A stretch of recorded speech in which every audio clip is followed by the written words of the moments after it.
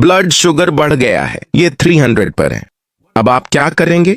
Fridge की ओर दौड़ें, एक प्याज निकालें, इसे काटकर एक छोटे बर्तन में डालें, थोड़ा सा पानी डालें और उबालें।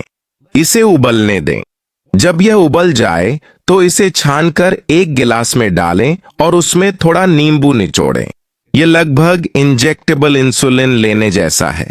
जब प्याज उबाला जाता है तो यह ग्लूकोक्विनिन नामक एक पदार्थ छोड़ता है जो इंसुलिन के समान होता है। यह तुरंत आपकी ब्लड शुगर को कम कर देगा और आपकी जान बचा सकता है। इस वीडियो को सेव कर लें इससे पहले कि इसे हटा दिया जाए और आज ही इसे शेयर करें। फार्मास्यूटिकल कंपनियां नहीं चाहती कि आप यह जानें। अगर यह जानकारी आपके जीवन के लिए जरूरी थी तो मुझे यहाँ लिखें।